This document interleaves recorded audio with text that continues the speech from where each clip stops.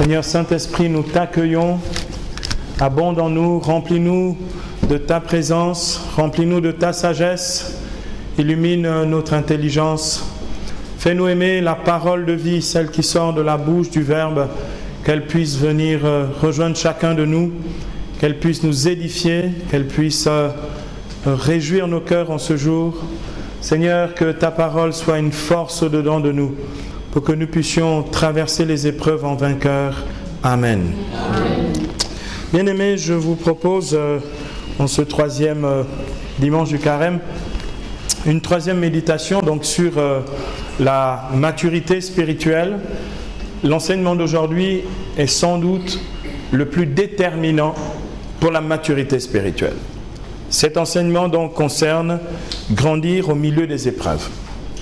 Et de façon générale, on peut acquérir une certaine, on peut expérimenter la croissance de notre vie qui se fait un peu par elle-même.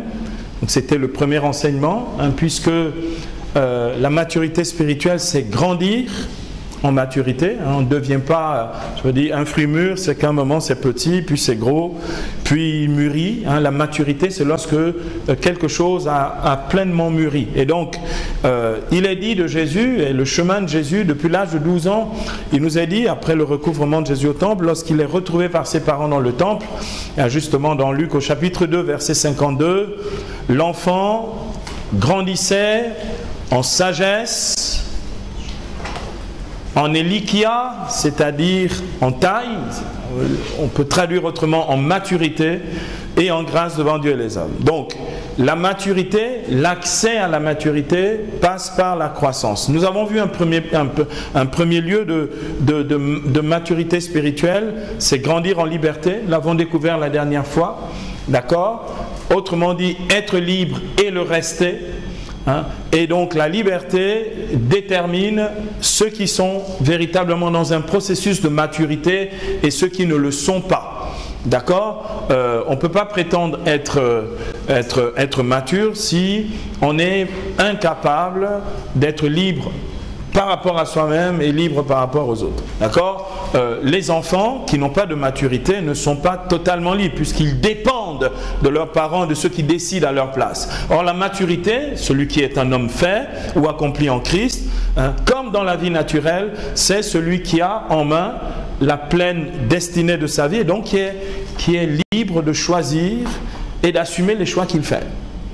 Il y a des chrétiens dans le coin. Donc le premier point que nous avons vu la dernière fois, c'est grandir en liberté. Cette fois-ci, puisque la maturité c'est grandir au milieu des épreuves. Et ça, c'est absolument déterminant.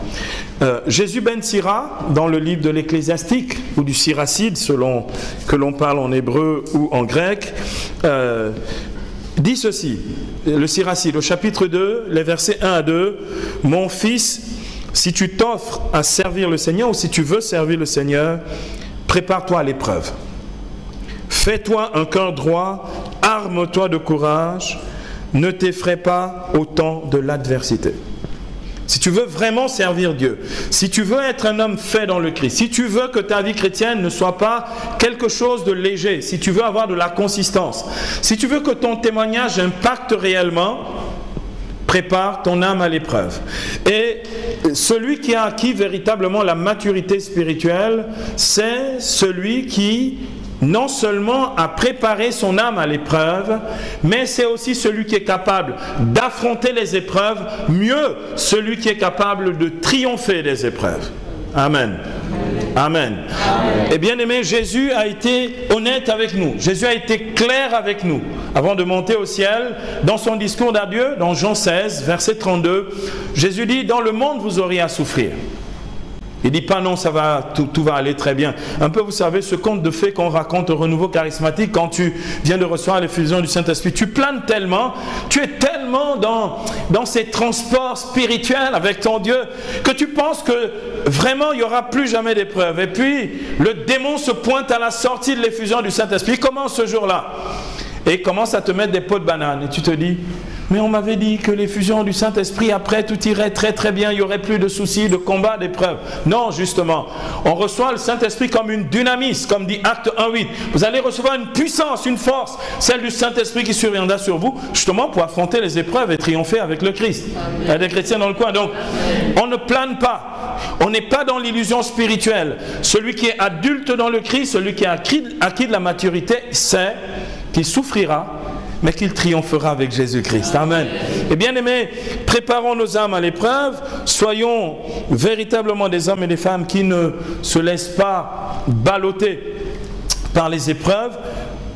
Nous allons acquérir de la consistance pour que les épreuves que nous allons avoir fassent de nous des hommes et des femmes vraiment accomplis dans le Christ. Bien aimés, ce sont les épreuves du Christ qui sauvent le monde. Je voudrais dire ici quelque chose qui est une leçon de vie pour moi. Les épreuves de ma vie ont sauvé ma vie. Parce que, bien aimé, lorsque tout va bien, on vit dans l'insouciance. Lorsque l'on est éprouvé, on est plus attentif à ce que l'on vit, on prend plus soin de soi, on est plus vigilant, on fait attention et on vit sa vie avec une telle qualité que on sait que on peut la perdre d'un moment à l'autre, on peut être brisé par la vie, donc on est 2 fois plus vigilant. En fait, on est vraiment adulte dans la foi. C'est ça qui nous donne de la consistance et donc de la maturité spirituelle. Bien aimés, je voudrais ici vous proposer donc 2 points pour rentrer pleinement dans ce sujet, puisque nous n'avons que 20 minutes à chaque fois. D'accord ? Il vaut mieux être clair, précis et concis. D'accord ? Nous allons voir, premier point, la patience dans les épreuves. C'est ça qui nous manque. Et c'est pour ça que nous ne résistons pas et que nous ne triomphons pas dans les épreuves, parce que nous manquons de patience et c'est un exercice. Il va falloir grandir là-dedans. Donc premièrement, la patience dans les épreuves et deuxièmement, ne plus être des victimes. Ce sera le 2e point. Si nous voulons être adultes et matures dans la foi, il nous faut quitter le statut de victime pour devenir des victorieux en Jésus. Amen. Donc, voyons le premier point, la patience dans les épreuves. L'apôtre Paul, dans l'épître aux Colossiens, au chapitre 1er de l'épître aux Colossiens, dans un passage de l'Écriture qui est absolument savoureux, chapitre 1er, verset 24, l'apôtre Paul dit ceci, il dit « En ce moment, je trouve ma joie dans les souffrances que j'endure pour vous. » Encore un père de famille ou une mère de famille qui parle. Hein? Un père de famille, mère de famille, bon, il a atteint une certaine maturité, il sait que quand il se lève tôt le matin pour aller au job, il souffre, oui, mais il fait ça parce qu'il trouve sa joie dans les souffrances qu'il endure pour ses enfants. D'accord? Il est adulte, et c'est un sens de responsabilité. Et je complète en ma chair ce qui manque aux tribulations ou aux souffrances du Christ pour son corps qu'est l'Église. Car je suis devenu ministre de l'Église en vertu de la charge de Dieu qui m'a été confiée, hein, de réaliser chez vous l'avènement de la parole de Dieu. Donc c'est le verset 25. L'apôtre Paul a conscience qu'il peut endurer des épreuves. Et il sait pourquoi il les endure. Nous ne sommes pas patients dans les épreuves parce que nous ne savons pas pourquoi nous endurons les épreuves. Et c'est pourquoi nous subissons les épreuves. Et c'est pour ça que nous n'en tirons absolument rien. D'accord? Comme disait Sainte Thérèse de Lisieux, une souffrance inutile est une souffrance inutilisée. En fait, qu'est-ce que je fais de mes épreuves? Est-ce qu'elles me donnent un capital de force spirituelle encore plus grand ou elles m'anéantissent systématiquement? Mais si elles m'anéantissent, ça veut dire que j'ai perdu cette capacité spirituelle que l'on appelle la patience. Dans la patience, il y a de la passion. La passion au sens à la fois du zèle, être passionné pour quelque chose, parce que je regarde le but, je sais pourquoi j'endure une souffrance. Paul sait, c'est pour vous, c'est pour ses enfants spirituels. Si par exemple tu es calomnié à ton travail et qu'on te diffame parce que tu es le meilleur dans ton domaine, eh bien réjouis-toi parce que tu n'es pas le cancre de service dont on parle. Non, c'est parce que tu es le meilleur dans le domaine. Et donc, je sais pourquoi on me calomnie. Moi, si on me persécute dans l'église pour telle ou telle chose, je sais. Si je ne faisais pas ce que je fais pour Christ, on me laisserait tranquille. Donc, je sais pourquoi je le vis. Donc, je suis patient parce que je sais que c'est le deuxième sens de la patience. Je vis la passion du Christ. J'achève dans ma chair ce qui manque aux tribulations du Christ pour son corps qu'est l'Église. Et bien aimé, donc du coup, écoutez, à partir de ce moment-là, je ne peux pas vivre ma vie comme quelqu'un qui se dit, mais quand est-ce que viendra le prochain coup? Quand on est patient, quand on a acquis la patience du Christ, c'est-à-dire l'endurance dans les épreuves, on endure parce qu'on sait qu'à chaque épreuve, il y a une récompense. J'ai un ami qui disait, à la fin de chaque épreuve, je passe à la caisse et je dis, Seigneur, maintenant tu payes. Il y a des chrétiens dans le coin. Seigneur, j'ai enduré quelque chose. Où est la récompense? La récompense du vainqueur dont parle l'Écriture. Seigneur, où est la récompense? Donc, il n'y a qu'un homme, une femme mature dans la foi, qui ne se laisse pas effondrer et qui pleurniche toute la journée et toute la nuit. Mais comme dit l'apôtre, je me réjouis. Bien aimé, l'Écriture parle de réjouissance dans les épreuves. Est-ce que ça t'est arrivé où, au moment où tu souffres, tu te dis, oh, gloire à ton nom. Il est dit des apôtres, après avoir été persécutés, ils étaient tout heureux parce qu'ils avaient été rendus dignes de pouvoir porter les tribulations de Jésus. Ils se réjouissent d'avoir part aux tribulations de Jésus. Bien aimés, ceux qui sont patients dans les épreuves, ce sont ceux qui ont la conscience de qui ils sont en Jésus-Christ. Il y a des chrétiens dans le coin. Or, si tu n'as pas cette conscience, et bien entendu, si tu n'as pas cette conscience, c'est impossible pour toi de vérifier comment Dieu se glorifie dans les épreuves. L'apôtre Paul le dit dans Romains 8, verset 18. D'accord? Il dit qu'il sait, et c'est pour ça qu'il est patient dans les épreuves. Les souffrances du temps présent n'ont rien de comparable à la gloire qui doit se révéler en moi. Dieu paye, et Dieu paye richement. Dieu a puissamment, hautement exalté, élevé son Fils après les souffrances de la croix. Dieu nous élève dans les épreuves. La patience dans les épreuves, c'est le chemin de notre croissance et de notre élévation. Je ne peux pas, bien-aimé, accéder à un témoignage plus grand sans passer par les épreuves. Je ne peux pas ressusciter sans passer par la mort. Il y a des chrétiens dans le coin. Et bien aimé, les épreuves nous rendent service. Les épreuves nous rendent endurants. Nous avons besoin d'endurance. Et bien aimé, pour ça, il nous faut être patient, il nous faut apprendre la patience des épreuves. Et la patience des épreuves, je vais vous raconter une histoire ici très intéressante. Vous connaissez Saint François d'Assise, hein? Saint François d'Assise, quelqu'un d'absolument merveilleux, un saint vraiment charmant. Il avait un compagnon de route, son frère d'armes, entre guillemets, c'était le frère Léon. Saint François d'Assise se promenait toujours avec le frère Léon. Ils allaient évangéliser ensemble, ils faisaient un maximum de choses. C'était un peu son secrétaire. Le frère Léon, c'est celui qui a rapporté les fioretti, les petites fleurs des merveilles de Dieu dans la vie de Saint François. Et un jour, ils marchent ensemble et Saint François enseignait souvent frère Léon sur la route. Et il lui apprenait la sagesse de la vie spirituelle. Il lui dit, frère Léon, quand on fait des miracles, qu'on chasse les démons, qu'on guérit les malades et que l'on ressuscite les morts, tu sais, ça c'est pas la joie parfaite. Perfecte laetitia. C'est pas ça la joie parfaite. Il dit, quand tu parles en langue, charismatiquement, parce que François d'Assise parlait en langue charismatiquement, c'est comme ça d'ailleurs qu'il a composé le cantique des créatures. Il chantait en langue et puis il a composé ce merveilleux cantique. Il était aveugle à l'époque, c'était sur la fin de sa vie. Il dit, quand tu parles en langue, quand tu prophétises, quand tu prêches et que tu gagnes des âmes, oh frère Léon, c'est pas ça la joie parfaite.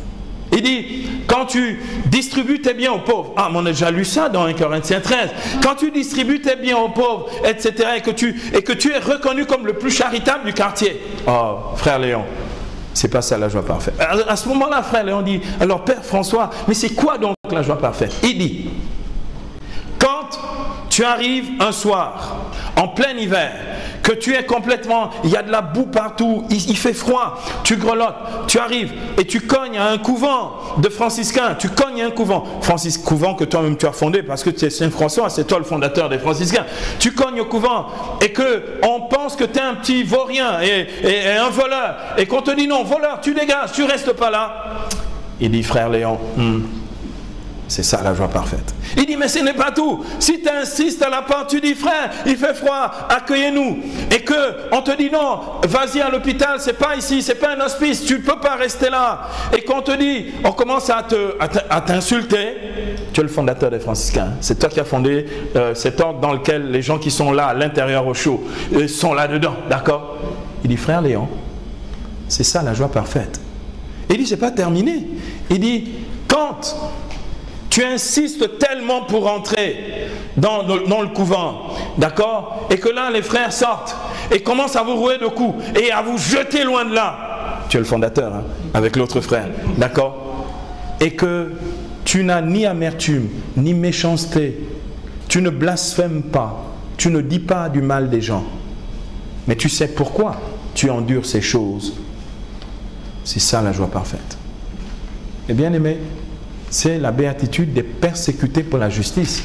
Il faut être heureux, dit Jésus dans Matthieu au chapitre 5 verset 11. Heureux êtes-vous quand vous serez méprisés, diffamés, malmenés, etc. à cause de moi. Et bien aimé, la joie parfaite nous apprend la patience dans les épreuves. Bien aimé, être patient dans les épreuves, c'est bénir nos ennemis, c'est les aimer, les servir, prier pour eux, les soutenir. Hein, comme dit, ainsi vous mettrez, l'apôtre Paul dans Romains 12 dit, vous mettrez des charbons ardents sur leur tête. D'accord, vous leur donnerez la bénédiction divine. Bien aimé, sur la patience dans les épreuves, je vais vous donner maintenant rapidement quelques tuyaux. La patience dans les épreuves que nous comprenons à travers ce récit de la joie parfaite de Saint François d'Assise. La patience dans les épreuves, bien aimé, c'est accepter que les gens ne soient pas d'accord avec vous. Être mature, c'est pas de vivre, c'est pas attendre l'approbation des gens.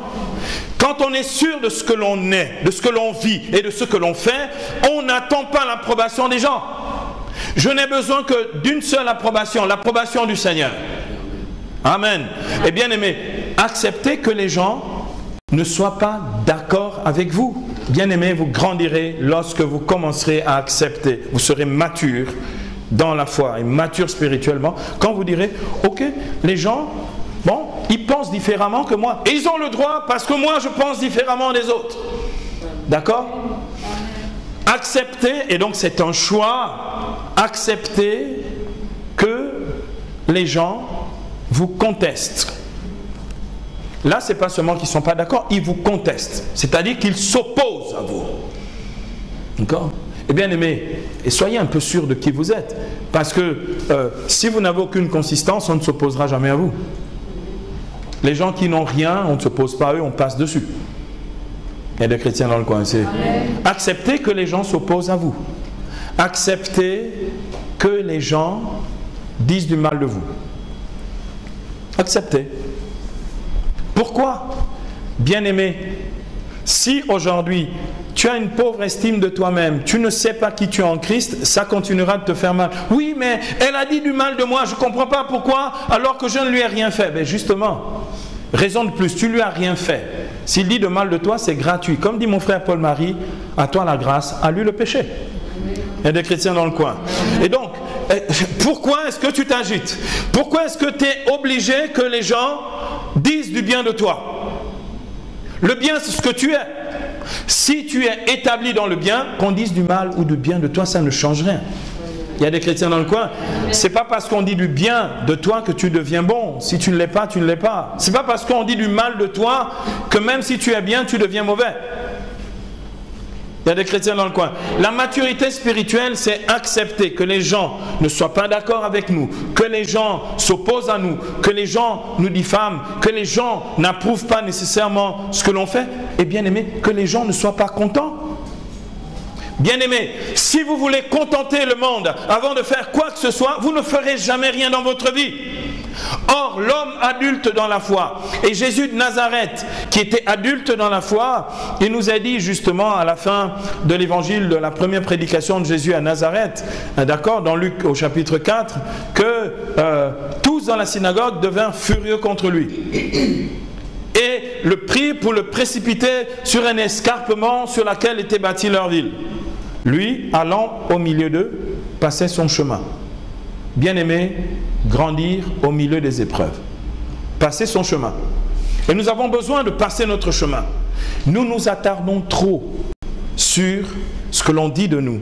Et pendant ce temps, nous ne vivons pas ce que nous avons à vivre.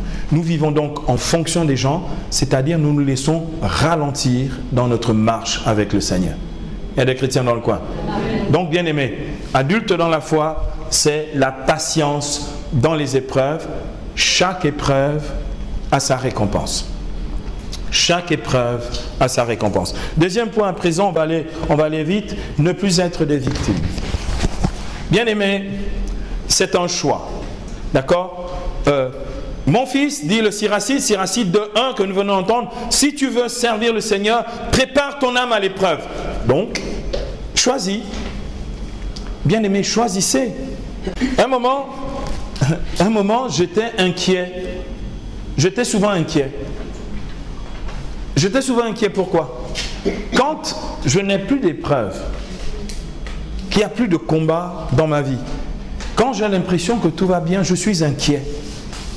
Bien aimé, est-ce que vous êtes inquiet quand vous n'avez plus d'épreuves, de combat, de persécution? Vous n'êtes pas inquiet, hein? C'est un problème. Vous avez de gros problèmes. Parce que, bien aimé, je peux vous assurer, la vie chrétienne est d'un bout à l'autre, depuis bébé, un véritable combat spirituel. Si on vous a dit le contraire, ceux qui vous ont enseigné le contraire, ce sont des menteurs. Ce sont des menteurs. Ils vous ont raconté des bobards. D'accord? La vie chrétienne est un combat spirituel. Bien aimé, c'est quoi une épreuve? C'est quoi être éprouvé? Être éprouvé, c'est être vérifié. Il y a deux manières d'être éprouvé. Ou les épreuves qui sont liées aux circonstances contradictoires, des oppositions, des souffrances de la vie viennent sur nous et vérifient que nous tenons bon. Ou bien aimé, il faut s'éprouver soi-même, comme dit l'apôtre Paul. Il faut s'éprouver soi-même. L'apôtre Paul le dit à propos de l'Eucharistie.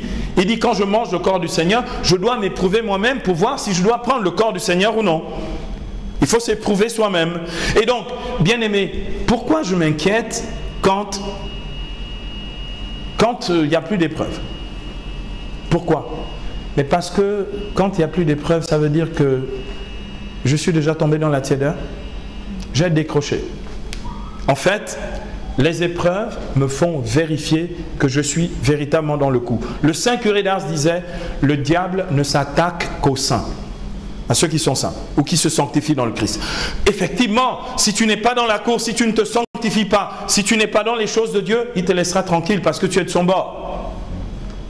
Est-ce que vous entendez les paroles qui sortent de ma bouche? Mais si tu es véritablement au Seigneur, si tu es aux œuvres de Dieu, oui, c'est sûr, tu seras éprouvé, mais réjouis-toi. Amen. Réjouis-toi. Et bien aimé, la parole dit ceci, et c'est l'apôtre Pierre dans 1 Pierre au chapitre 4, les versets 13 à 16. L'apôtre Pierre nous donne une vraie leçon ici. Retenez bien vraiment ce passage de 1 Pierre 4, 13 à 16. L'apôtre dit ceci, il dit...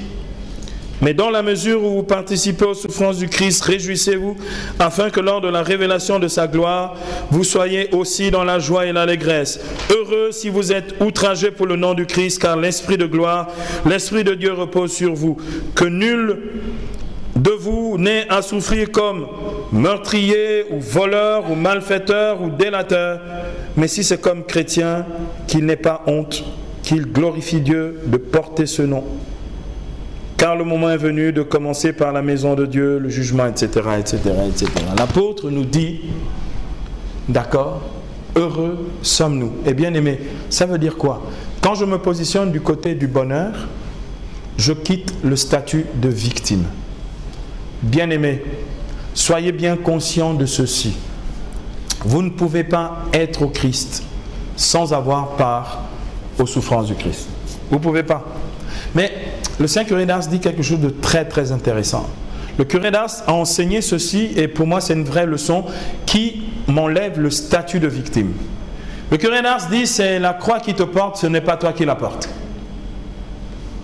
Pourquoi, bien aimé? Nous ne portons pas, il y en a qui disent, ah je porte ma croix. Oui, en fait, je porte la croix de ma vie que le Christ a déjà portée. C'est pour ça qu'il a porté la croix. C'est pour nous que le Christ a souffert, dit l'apôtre Pierre. Donc, bien aimé, Comment j'échappe au statut de victime? J'unis mes épreuves aux épreuves du Christ. Je fais le choix volontaire, je me lève dans la prière pour dire Seigneur mon Dieu, je te rends grâce pour les épreuves, parce qu'elles me font vérifier que je suis véritablement à toi. Comme je suis à toi et que tout ce qui est à moi est à toi, Seigneur, mes croix, mes épreuves, mes souffrances, mes tribulations sont à toi. Allège-les pour moi. Et bien aimés, si nous sommes conscients que c'est pour le Christ et à cause du Christ que nous vivons les épreuves, nous allons grandir. Et bien aimés, je vais vous dire une chose. L'accélérateur de la croissance spirituelle, ce sont les épreuves. Les gens qui se soustraient aux épreuves, les gens qui ne veulent pas être éprouvés, ne donneront jamais la qualité spirituelle de leur vie. L'or est éprouvé par le feu, dit l'Écriture. Ça veut dire quoi? Quand on te fait passer par le feu, c'est pour que toutes les aspérités, les saletés, les choses qui composent ta vie et qui n'ont rien à faire là-dedans puissent disparaître, afin que l'or très pur de ta vie, dit Saint Augustin, puisse donner tout son éclat. Il y a des chrétiens dans le coin. Nous avons besoin d'épreuves. Et pour ça, bien aimé, quand j'ai conscience que j'ai besoin d'épreuves, en fait, j'ai conscience que j'ai besoin d'une qualité de vie spirituelle encore plus grande. Il n'y a qu'un homme qui veut atteindre la maturité en Christ, ou la maturité spirituelle, qui peut désirer une chose pareille. Bien aimé, éprouvez-vous vous-même. Le temps du carême, et je conclue avec ça, le temps du carême est un temps où je m'éprouve moi-même. Je prends un exemple simple. J'ai du mal avec le jeûne. Je sais que jeûner, ça devient très compliqué. Vraiment, rien que d'y penser. L'idée elle-même. L'idée est un cauchemar. L'idée est un tourment. Je prends autorité au nom de Jésus. J'exorcise la peur du jeûne de ma vie. Et je dis, jeûne, je vais te montrer que moi, j'endure les souffrances du Christ. Lui, il a fait pour moi, il est parti 40 jours au désert. Moi, je vais prendre 24 heures pour lui dire que je suis tout à lui. Amen. Et bien aimé, éprouve-toi toi-même. Fais ça. Fais une journée entière. Si, genre, c'est le Coca-Cola qui est vraiment le truc qui est absolument irrésistible. Dis Coca-Cola au nom de Jésus-Christ, je vais te montrer aujourd'hui que je peux passer 24 heures sans te boire. Et si c'est le piment, parce que tu ne peux pas manger sans pimenter. Ce fut juste un exemple. D'accord? Piment, je te parle au nom de Jésus-Christ. Je vais te soustraire pendant une semaine. Et tout le peuple dit Amen. Oh, j'aime bien votre adhésion de cœur. Et bien aimé, c'est extraordinaire parce que je quitte le statut de victime. Le statut de victime, c'est de dire, je n'ai pas le choix, il faut vraiment que je pimente. Tu n'es pas esclave du piment, du Coca-Cola et de la peur de jeûner. Il y a des chrétiens dans le coin. Amen. Voilà, bien aimé, je voulais vous partager ça et j'aimerais terminer avec cet hymne à la victoire de l'apôtre Paul, qui est l'hymne préféré de beaucoup d'entre vous qui sont ici. Dans Romains 8, les versets 35 à 35, ça vous dit quelque chose? Romains 8, versets 35 à 37. L'apôtre Paul dit ceci. Romains 8, 35 à 37.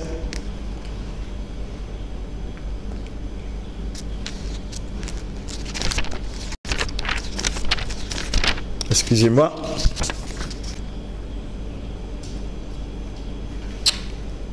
Qui nous séparera de l'amour de Christ? La tribulation ou les épreuves, si vous voulez, l'angoisse, la persécution, la faim, la nudité, le péril, le glaive, selon le mot de l'Écriture, à cause de toi, l'on nous met à mort tout le long du jour. Nous sommes passés pour des brebis d'abattoir. Mais en tout cela, nous sommes les grands vainqueurs par celui qui nous a aimés. Bien-aimés, devenir mature dans la foi, c'est grandir au milieu des épreuves en vainqueur. Alors demandons au Seigneur que désormais, la victoire du Seigneur soit pleinement manifestée et révélée en nous dans les épreuves et que le Seigneur nous fasse davantage grandir. Amen.